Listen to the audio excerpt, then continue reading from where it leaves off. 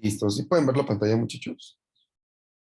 Sí, Perfecto, bien. A ver, entonces, ¿qué me pueden decir del último que vimos la clase pasada? Ya hablamos de, bueno, ya estamos en la historia de México, ya hablamos un poquito de las culturas prehispánicas, ya hablamos de la conquista, de cómo era la vida dentro de la colonia, dentro del virreinato. ¿Qué más pueden aportar, chicos? ¿Qué han repasado, qué han estudiado? A ver, cuéntenme.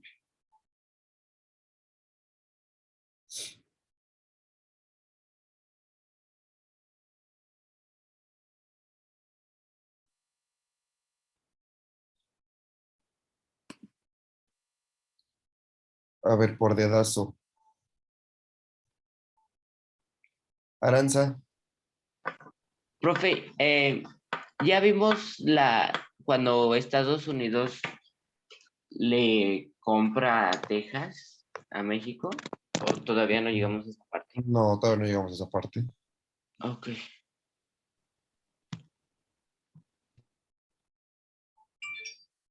No, todavía no llegamos ahí. A ver, Aranza, ¿qué más recuerdas que hemos visto? Pues solo, bueno, hemos visto sobre las culturas, ¿no? Mesoamericanas, la meca, la maya, la azteca, las mexicas. Y también hemos visto luego sobre la, bueno, la conquista de México, ¿no? También vimos una línea del tiempo que nos puso diferentes años y diferentes cosas que sucedieron ahí. Bueno, no creo que hemos visto eso. Y sobre las diferentes mezclas que hubo. Ok, perfecto. Las diferentes mezclas. Gracias, Aranza. Bien, chicos, pues nos quedamos en los cuadros de castas, ¿no?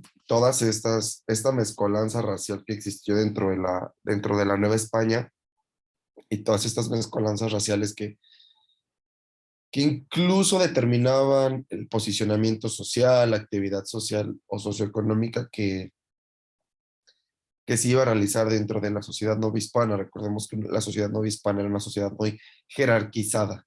Jerarquizado quiere decir que era muy estructurada y que respetaba la forma y los posicionamientos dependiendo de la raza o la posición económica. Eh, una vez ay, déjenme vamos a ver la pantalla. Existiendo esta distribución de razas, de castas, debía haber un orden, ¿no? Y ese orden era encomendado a una institución en específico para que guardara el orden moral, social, el comportamiento legítimo que debe tener la sociedad no hispana.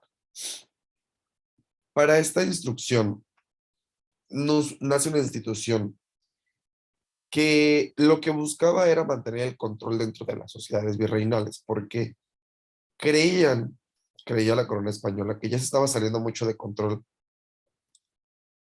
eh, la población, es decir, España, la corona española, la sede estaba pues del otro lado del mundo. No había un mayor control y tenían miedo de perder las colonias, ¿no? Toda la minita de oro tenían miedo de perderla. Por lo que surge una institución que lo que buscaba era brindarle mayor control a la población. Así es como surge la famosa Santa Inquisición o Santo Oficio, ¿ok? Las instituciones eclesiásticas. Eh,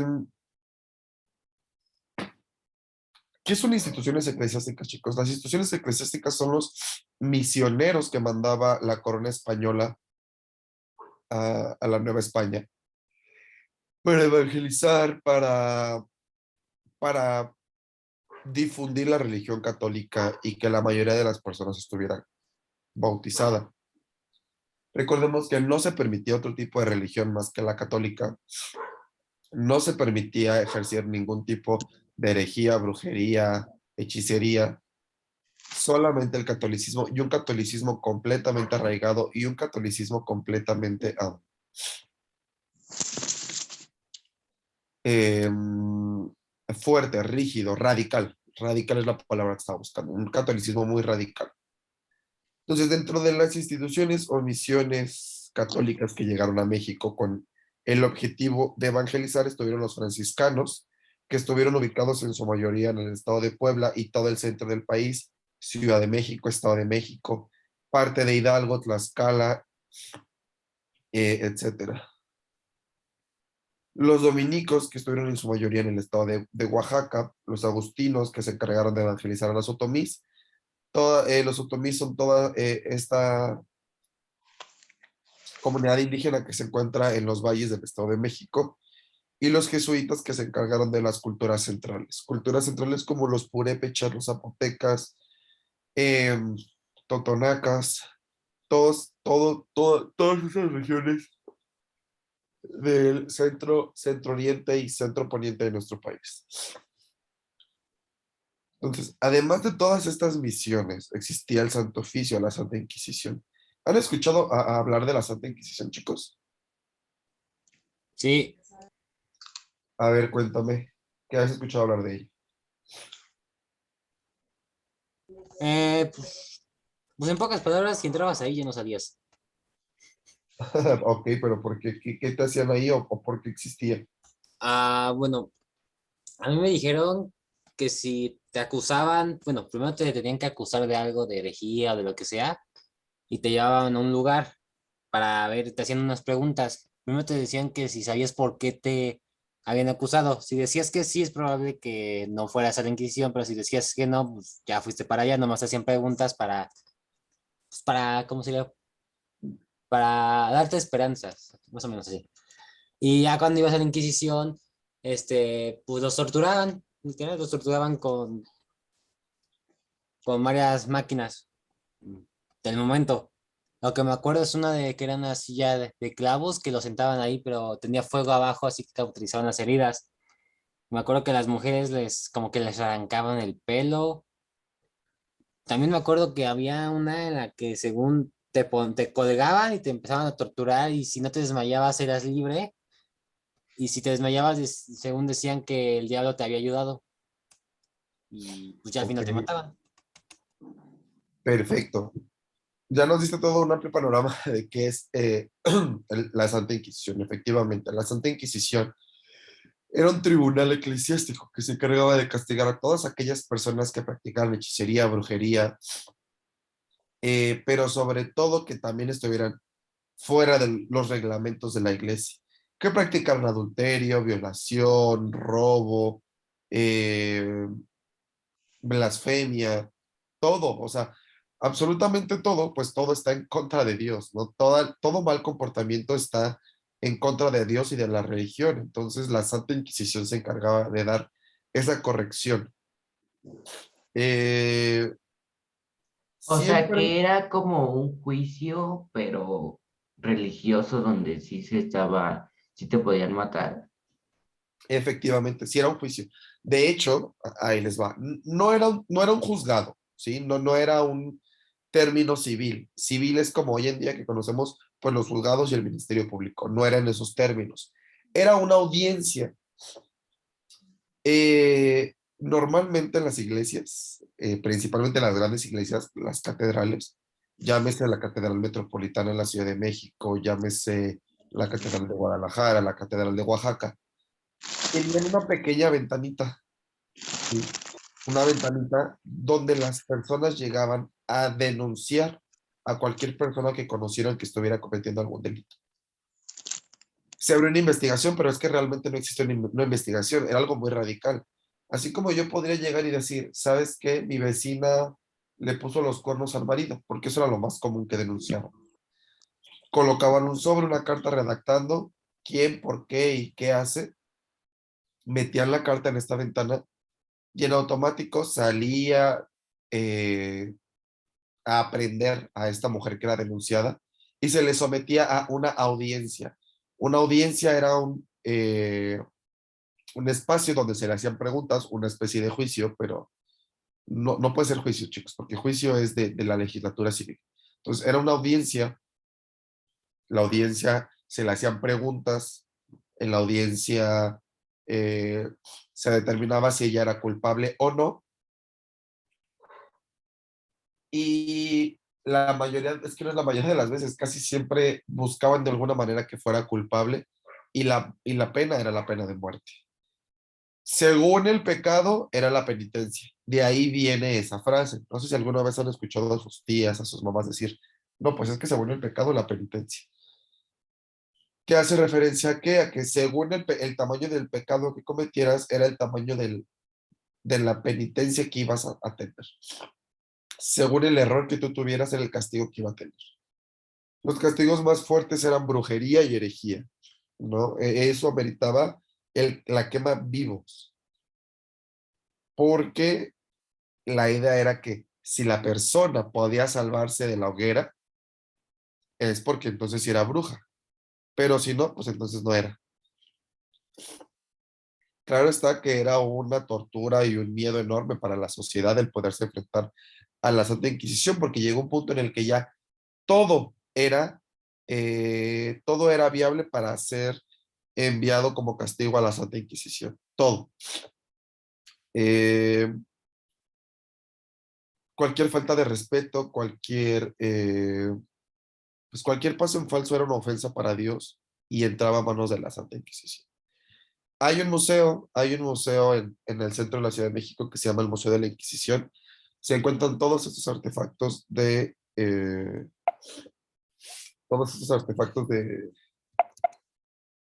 tortura. Y también les traje un pequeño videito para que se den una idea de lo que era. No, es que no me deja salir de aquí. Sí les está quedando hasta aquí un poco más claro, chicos.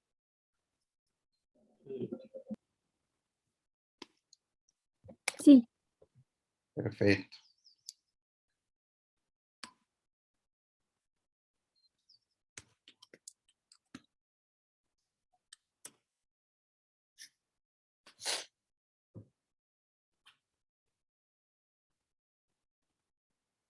Espérame nada más que me cargue el video. Hola, ¿qué tal?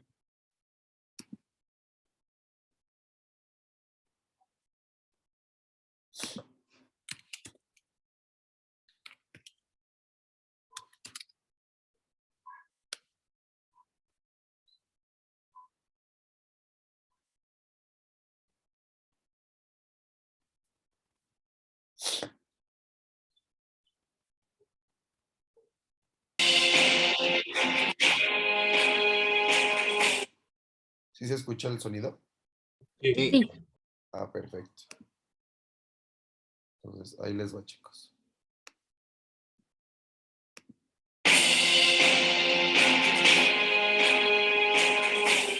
La Inquisición fue una poderosa institución establecida dentro de la Iglesia Católica para castigar y erradicar la herejía en Europa y América.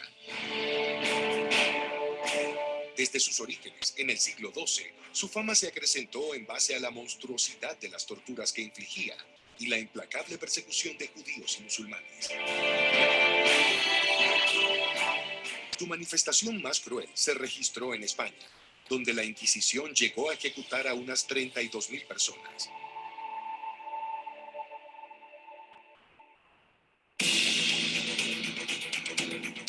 La Inquisición comenzó con la persecución organizada de las religiones cristianas no católicas en Europa. Los inquisidores llegaban hasta cualquier ciudad y anunciaban su presencia, dando a los ciudadanos la oportunidad de admitir su herejía. A los herejes no se les permitía enfrentarse a sus acusadores, no recibían asesoramiento y a menudo eran víctimas de acusaciones falsas. Los acusados eran obligados a declarar bajo tortura y si no confesaban, la ejecución era ineludible. Los inquisidores cometieron innumerables abusos, desde quemar herejes en la hoguera, a pesar de que habían confesado, hasta confiscar sus tierras para enriquecimiento personal. En 1307, los inquisidores arrestaron y torturaron a más de 15.000 caballeros templarios en Francia, lo que resultó en decenas de ejecuciones.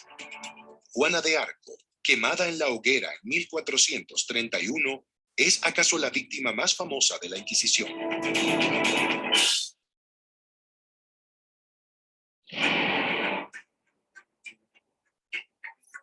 Hacia fines del siglo XV, los reyes de España creían que la corrupción en la Iglesia Católica Española era culpa de los judíos convertidos al cristianismo.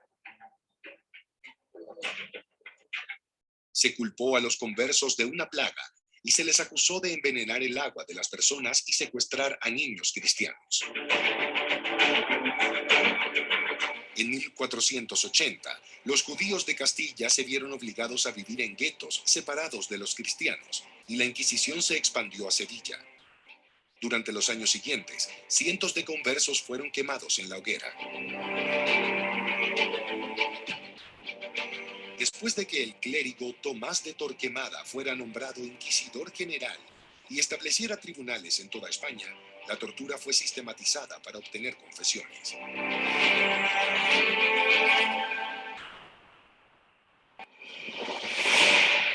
Mientras tanto, Roma creó su propia Inquisición en 1542 para perseguir a los protestantes. Hoy en día se la recuerda por haber juzgado a Galileo Galilei en 1633. En consonancia con las preocupaciones de Roma, la Inquisición española se centró en la creciente población de protestantes en la década de 1550. A mediados de la década de 1600, había logrado expulsarlos de los territorios españoles, a la vez que había extendido su dominio sobre las colonias del continente americano.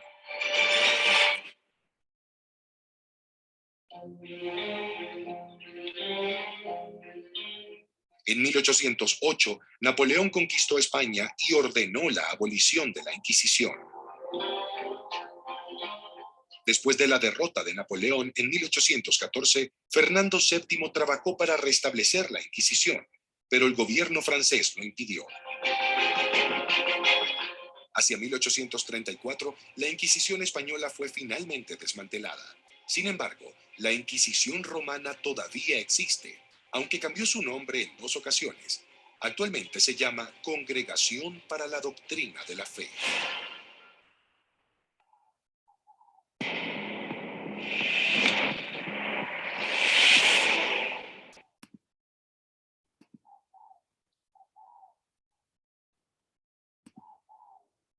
Listo, chicos, a ver qué opinan. Si se dieron cuenta, aquí hablaba de la Inquisición en términos generales, ¿no? Vimos que es una institución que surge en Europa, pero si se dan cuenta, todo lo que existiera en Europa en ese momento iba a recaer en nuestro continente, en las colonias que existían en América. Y si se acuerdan lo que vimos con la Revolución Francesa, aquí es donde me gusta que comenzamos a hilar ciertas cosas y donde empieza el chiste de la historia. Obviamente España conquista América, trae la Inquisición. Cuando surge la Revolución Francesa, los ideales de libertad y los derechos del hombre se dan cuenta que la Inquisición es una basura, que es una cuestión inservible, que el hombre no tiene por qué ser torturado de esa manera, cuando existen otras formas de redimirse, otras formas de convertirse en una mejor persona y no solamente la tortura. Entonces, surge la Revolución Francesa, se radican todas estas instituciones de abusos y todas estas instituciones absolutistas. En España todavía no. España era el país más católico, es hasta la fecha es de los países más católicos del mundo. Y no es hasta que Napoleón Bonaparte, después de la Revolución Francesa, conquista España, debilita España, y eso provoca que se debiliten las colonias americanas. ¿Ok? Es donde empieza a haber esa relación entre el viejo y el nuevo continente. ¿Por qué la política de Europa afectaba a la política novohispana o toda la política virreinal del continente? Pues muy sencillo, porque dependían por completo de la corona española, y la corona española en ese momento estaba debilitada. Una de las formas de mantener el control dentro de América era la Santa Inquisición. Sin embargo, al haber este debilitamiento y esta difusión de las ideas de la Revolución Francesa, pues por supuesto que dentro del continente americano comienza a haber una iluminación ideológica que da ese switch y que por supuesto logra penetrar a la conciencia de la sociedad y decir, no, o sea, no nos merecemos estos tratos. ¿Hasta aquí dudas, chicos?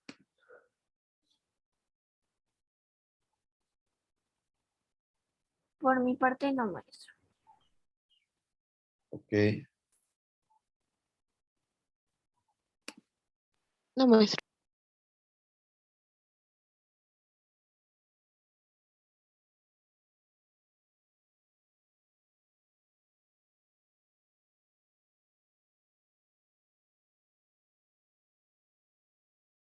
Bien, les voy a enseñar un último video. Este va enfocado a la Inquisición aquí en México para que ya demos paso al siguiente tema, ¿vale?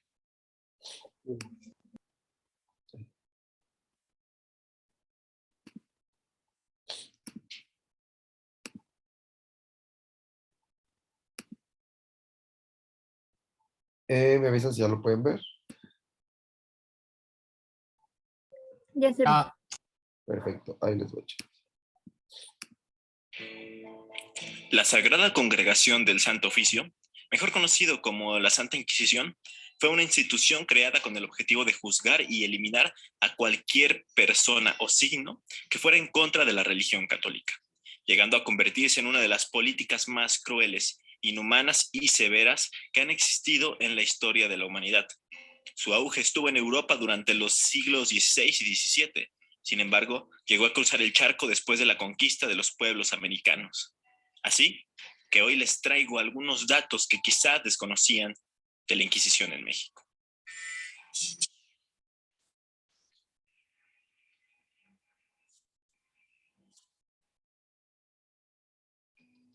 En América, el Tribunal del Santo Oficio se estableció por primera vez en lo que hoy conocemos como Santo Domingo, República Dominicana.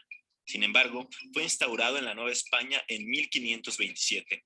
Fray Martín de Valencia, evangelizador franciscano, fue nombrado por Pedro de Córdoba como comisario de la Inquisición en México. Ya para el año 1535, el inquisidor general de España y arzobispo de Toledo, Alfonso Manrique, expidió el título de inquisidor apostólico al primer obispo de México, Juan de Zumárraga. Los indígenas no podían ser perseguidos y juzgados por sus creencias, pues ellos no estaban bajo la jurisdicción del Tribunal del Santo Oficio. Esto porque eran considerados gente nueva y aún no bien instruida en la doctrina católica. A pesar de esto, Juan de Zumárraga cometió un error. Metió a proceso a un indígena, al señor principal de Texcoco, nieto de Nezahualcóyotl, a quien acusó de seguir sacrificando a víctimas para sus dioses. El inquisidor lo mandó a quemar vivo en la plaza pública el 30 de noviembre de 1539, convirtiéndose así en la primera víctima del Santo Oficio en la Nueva España. Zumárraga, en consecuencia, recibió regaños y castigos. La Inquisición en México se encargó de perseguir y castigar mediante juicios a la herejía, la apostasía, la hechicería, las supersticiones, la fornicación, la blasfemia, la idolatría, la brujería, la lectura de libros prohibidos y otros hechos considerados delitos en ese entonces. Algunos expedientes, conservados aún por el Archivo General de la Nación, contienen objetos que eran presentados como pruebas o evidencias en los procesos acusatorios.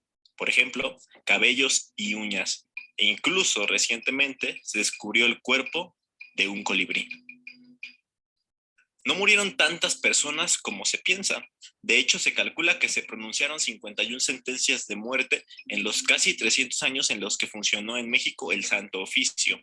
13 de ellos eran servidores abandonados a su suerte en las costas de Veracruz por el pirata inglés John Hawkins, quienes no aceptaron la nueva religión y no se arrepintieron de sus ultrajes a la corona española.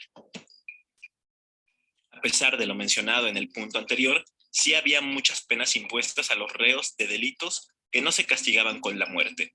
Estas penas incluían el destierro y, sobre todo, los castigos de entre 100 y 200 azotes. Se cuenta que estas torturas siempre se hacían con supervisión para evitar daños permanentes, a diferencia de las torturas de las autoridades de esa misma época en Europa, donde utilizaban el potro y otros tantos aparatos diseñados especialmente para hacer sufrir lo más posible a las personas. En la Alameda Central, por donde hoy se encuentra muy cerca el Metro Hidalgo y el Museo Mural Diego Rivera, se encontraba la hoguera del Santo Oficio, en donde sufrían su cruel destino aquellos que sí eran condenados a la muerte. Incluso en una placa se puede leer una inscripción que lo menciona, llamándolo quemadero de la Inquisición. El 8 de diciembre de 1812 sesionaron las Cortes Generales y Extraordinarias que terminaron decretando en España la abolición de la Inquisición. Este decreto se pronunció en México hasta 1813. Sin embargo, quedó definitivamente abolida hasta 1820. Esto quiere decir que estuvo activa por casi 300 años en el territorio nacional. El Palacio de la Escuela de Medicina, en la esquina de las calles República de Brasil y República de Venezuela, en el centro histórico de la CDMX, es el edificio en donde estuvo el Palacio de la Inquisición. A partir de 1854 fue sede de la Escuela de Medicina de la Universidad Nacional Autónoma de México. Actualmente alberga el Museo de Medicina de México. Hoy en día, el Archivo General de la Nación cuenta con el Fondo Inquisición, formado por 1,773 volúmenes documentales que datan de 1527 a 1820. Estos expedientes son principalmente de Puebla, Veracruz y la Ciudad de México, lugares donde eran más recurrentes las denuncias. Antes de ser parte del Archivo General, los expedientes estaban cosidos y organizados en legajos, pues el tribunal cuidaba celosamente su archivo secreto. Cabe mencionar que los números de los condenados y torturados no son 100% certeros, ya que hay muchos estudiosos con diferentes versiones. Pero si tú quieres conocer más sobre esta institución tan inhumana, puedes visitar el Museo de la Inquisición ubicado en la calle de Tacuba 76, en el centro histórico de la Ciudad de México. Claro está, cuando esta cuarentena termine. ¿Les gustaron estos datos? ¿Qué más saben ustedes sobre el Santo Oficio en México?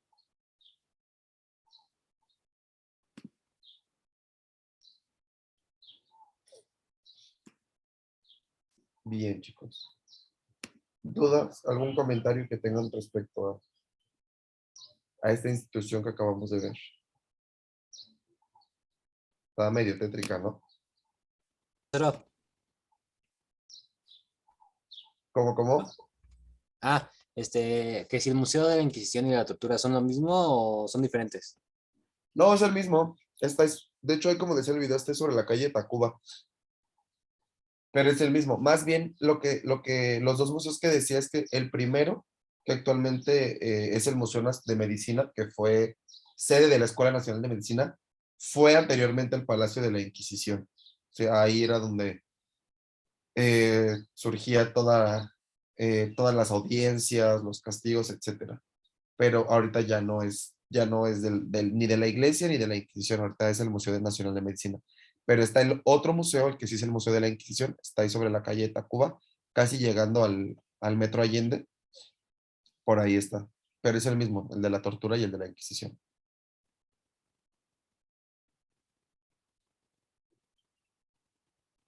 Bien, chicos. Gracias. No, de qué. Ya nos dimos cuenta cómo era la sociedad novohispana, ¿no? Una copia de la sociedad española, una sociedad que estaba intentando buscar su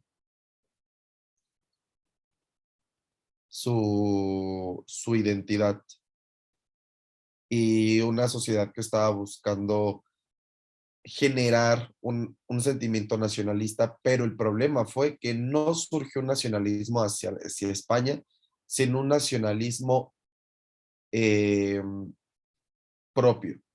Lejos de pertenecer a la corona española, buscaban dejar de pertenecer cuando empiezan a hacer este nacionalismo. ¿Qué es lo que pasa? Recordemos la estructura social, ¿no? Recordemos esta pirámide.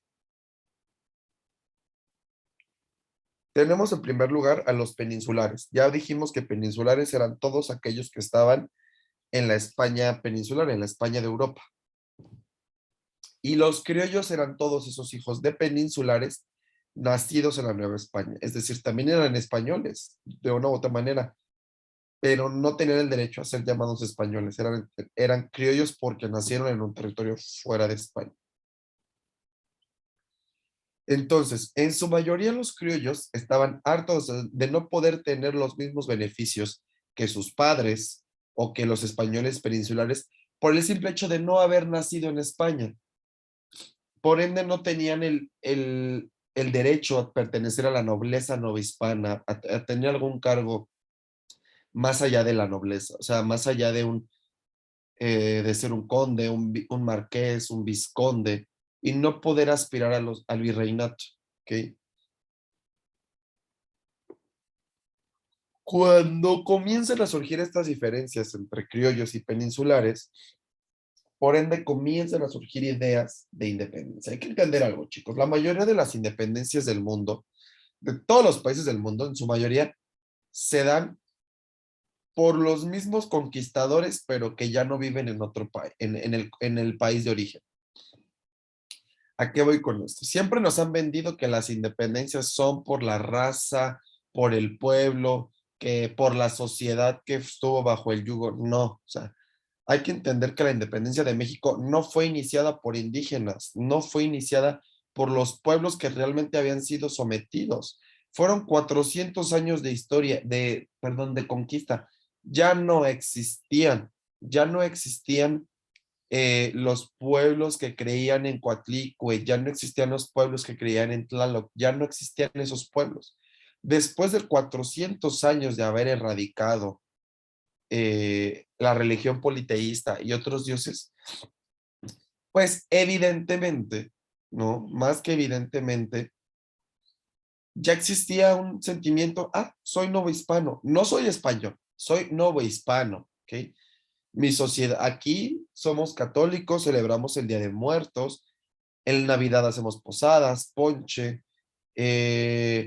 tenemos nuestra propia, nos rige un virrey, no nos rige el rey, nos rige el virrey.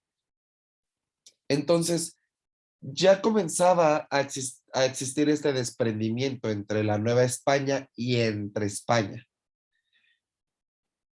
Entonces los criollos gritaban, suplicaban su poder, suplicaban el derecho a tener control sobre la sociedad porque ellos también habían sido educados, habían sido amaestrados para tener un gran cargo, habían sido dirigidos de manera socioeconómica y financiera. Entonces, el cuento perfecto era tomar a los indígenas y decir, están hartos de los españoles, están hartos de los tratos que nos están dando. Sí, perfecto, vamos a independizarnos. Eso fue lo que realmente sucedió. Miguel Hidalgo y Costilla era un criollo, al igual que Josefa, al igual que Aldama, que Allende. Morelos era mestizo, pero no era criollo.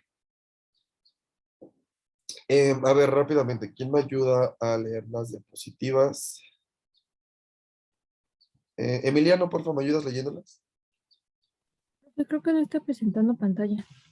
No me digan eso, chicos. Está Sí. presentando en pantalla. Sí, no se ve la pantalla, profe. Dios, perdón.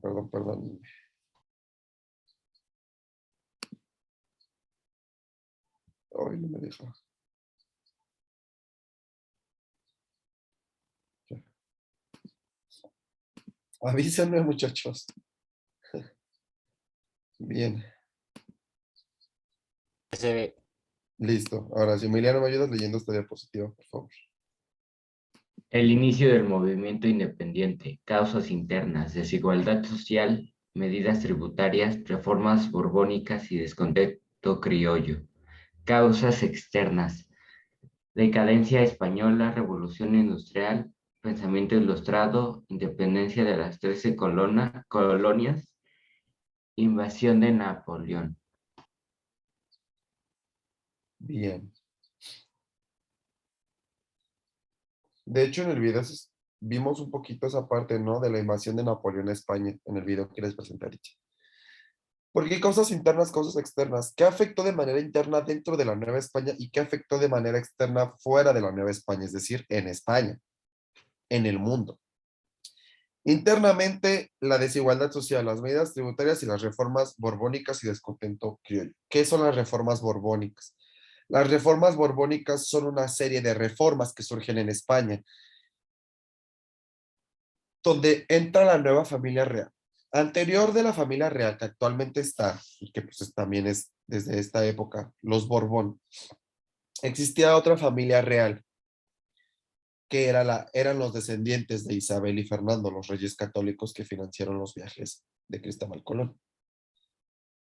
Para la sociedad Habsburgo, española ¿no? ya esa, ¿cómo? Perdón. Los Habsburgo, ¿no? No, los Habsburgo estaban en Austria. No, realmente era otra familia real. Ay, ahí sí les voy a fallar porque no recuerdo el nombre en este momento. De todas maneras, no se preocupen, ese no va a venir en el examen. No. Los que probablemente aparezcan son los Borbón, porque una vez caída esa familia, la familia real anterior, la sociedad española creía imprudente y sobre todo creía inservible a esa familia. Y para no caer en una decadencia monárquica, entra la familia de los Borbón. Cuando entran los Borbón hacen una serie de reformas políticas, sociales, económicas, culturales muy fuertes. Y tras estas reformas se ven en su mayoría afectadas los criollos, que pierden todavía más control, más autonomía y más poder los criollos, porque pues ya no sabían a dónde, pues no sabían qué hacer. O sea, pierden por completo todos sus privilegios y entonces por consecuencia el descontento crece y comienzan a aliarse con los indígenas, ¿no? Por todos los abusos y el descontento social que existía. O sea que Porque, la independencia empezó porque los criollos eh, no les gustó el nuevo régimen. exacto, así es, Los criollos serían como los de clase alta de hoy en día. exactamente. Ah, Sí, a diferencia de que, supongamos que la alta mexicana de hoy en día, pues es mexicana. La clase alta de ese entonces era española y criolla. Sin embargo, los que eran completamente españoles tenían más privilegios sobre los criollos y los criollos no porque no tuvieran el dinero, sino porque la ley no les permitía ir más allá. ¿Ok? A lo mejor muchos tenían más dinero que muchos españoles, que muchos peninsulares, ¿no? Muchos criollos más ricos, pero también la ley no les permitía tener más títulos o más propiedades por lo mismo. Entonces, ese descontento comienzan a bajarlo a los indígenas. Indígenas que se creen el cuento de que se va a buscar una independencia por la libertad de la sociedad. Algo que pues realmente no sucedió. Hubo abusos después de la independencia. Pero sin embargo en España hay una decadencia política por el cambio de corona, de trono, ¿no? Entran los Borbón y todas las ideas de Revolución Francesa, todas las ideas de Revolución Industrial, las ideas de la independencia de las 13 colonias llegaron a nuestro territorio, impulsando y motivando a la sociedad novohispana a independizarse. ¿Ok? Hasta aquí le vamos a dejar, chicos. Ya faltan 7 minutitos para que tomen su descanso. ¿Dudas de lo que vimos el día de hoy? No, ninguna duda. Ok. Los demás, chicos. Sin dudas. Sin dudas. Sin duda, profe. Perfecto, muchachos. Bueno, pues les dejo hasta aquí. Se vienen las vacaciones.